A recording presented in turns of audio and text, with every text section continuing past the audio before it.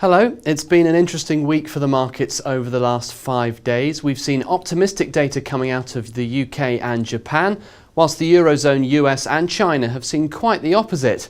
Added to that, speculation that the Federal Reserve may start easing off on its QE strategy in the coming months, and there's plenty to talk about. So joining me today on the weekly wrap-up is Chief Currency Strategist at Westpac in Sydney, Robert Rennie. Mr. Rennie, let's start with the latest and actually the last quarterly inflation report from the Bank of England Governor, Sir Mervyn King. It's what we expected, wasn't it? Yeah, look, I think, it is an important inflation report and an important update from Mervyn King. As you noted, it's his last ahead of the important handover.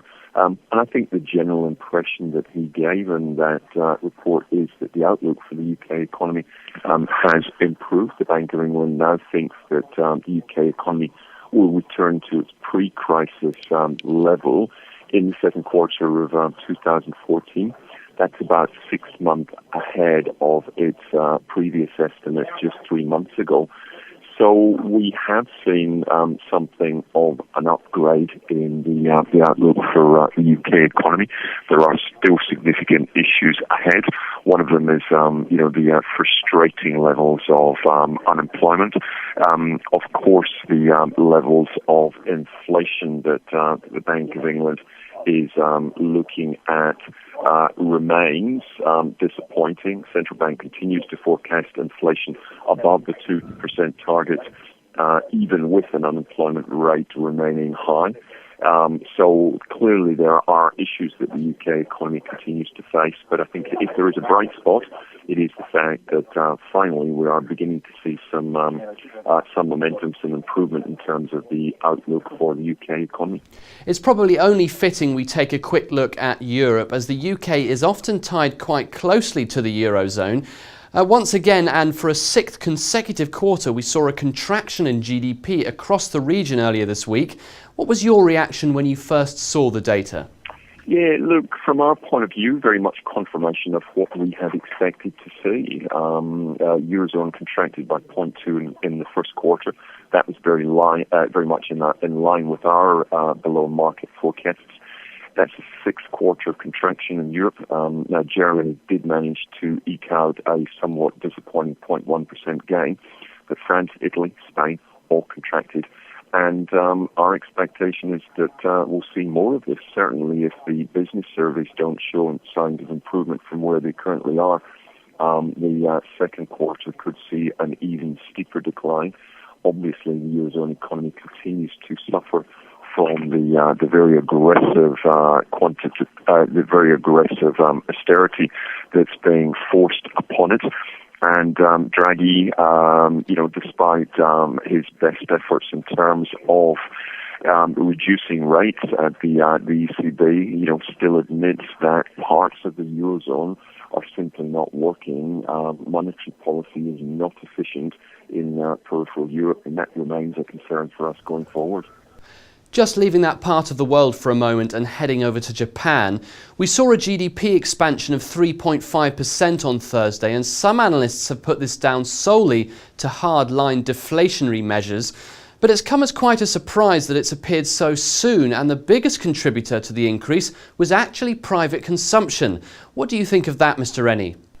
Yes, I mean, that really is a key point. Obviously, Kuroda's policy developments on April 3 and 4 very much met and probably beat most market expectations.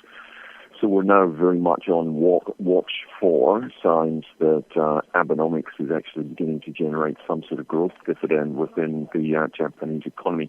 But I think you asked the right question. Is what we saw in Q1 as a result of Abenomics, or is it other factors? And I think you've probably got to argue that there are signs of other factors being in place. Private consumption, was a big part of the rise in Q1 GDP. It added about 0.6 percentage points. Similarly, dwelling investments about 1 percentage point, and net exports 0.4 percentage points. Our sense, though, is it's not so much Abenomics that drove the strength of Q1. We think it's probably other factors. we saw something of a boycott of Japanese auto through Q3 and 4 of last year.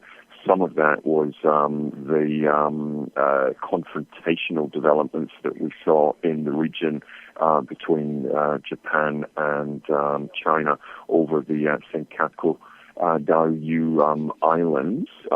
We've seen certainly some signs of a bounce back in the auto industry in Japan. That's probably less to do with Abenomics and more to do with developments in the region. Secondly, the upswing in dwelling investment, we think, probably has more to do with ongoing reconstruction, post the Tohoku disaster. And I think, thirdly, the burst of consumption that we saw, domestic consumption, probably was a bit of a catch-up following very disappointing Q3 and Q4 consumption numbers through the end of last year. So I'm just not too sure this is Abenomics. We think it's probably other factors that drove the improvement in Q1 GDP. That probably suggests that we'll continue to see improvement in the second quarter as well in Japan. I suppose we should really wrap this up with an update on speculation that amongst all this, the Federal Reserve could ease up on its QE strategy earlier than previously thought.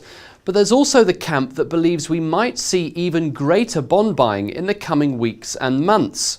For me, having spent the last week and a half in the US, meeting and talking to our clients over there, I was definitely very struck with the increasing confidence in the US in terms of the outlook for the economy, and increasing confidence that we will begin to see the Fed taper its asset purchase program as we approach the end of this year. That was certainly something that was very noticeable and probably was ahead of our expectations. Obviously, in recent weeks, we've had some hints in the press from some of those informed journalists out there that the Fed is actually well advanced in terms of its plans, in terms of tapering its liquidity. I think what's going to be very important is listening to various Fed speakers. I found San Francisco's Williams yesterday very interesting. He did suggest that the Fed may look at tapering as early as the summer, and indeed maybe finished by the end of this year. And for a mild down, I think it's important to listen to that. But for me, it's all down to what Bernanke says. And next week, Bernanke is due to testify in front of the Joint Economics Committee. And the topic of his presentation is the economic outlook. So rather than listening to informed sources and other members of the Fed, for me, I'm just going to be listening very, very carefully to what Bernanke says.